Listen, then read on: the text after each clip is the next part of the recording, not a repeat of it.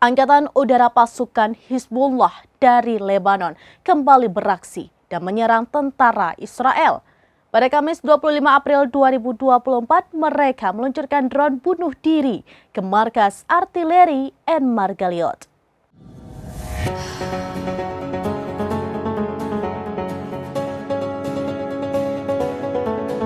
Angkatan Udara Pasukan Hizbullah dari Lebanon kembali beraksi dan menyerang tentara Israel.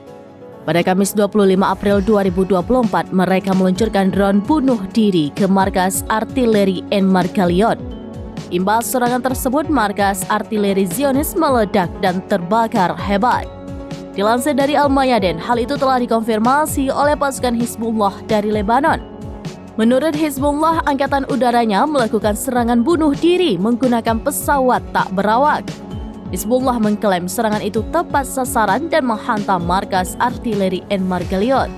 Imbas serangan tersebut, markas artileri Israel meledak dan mengalami kerusakan. Namun Hizbullah tidak membeberkan terkait ada atau tidaknya korban jiwa imbas serangan tersebut.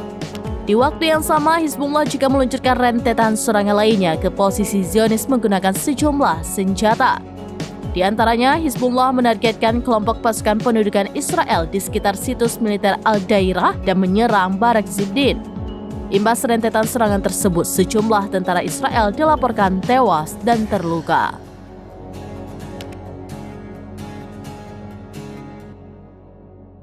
Demikian informasi terkini Syedaralun. Saksikan terus beragam informasi lainnya. Coba like dan share seluruh akun serambinews.com.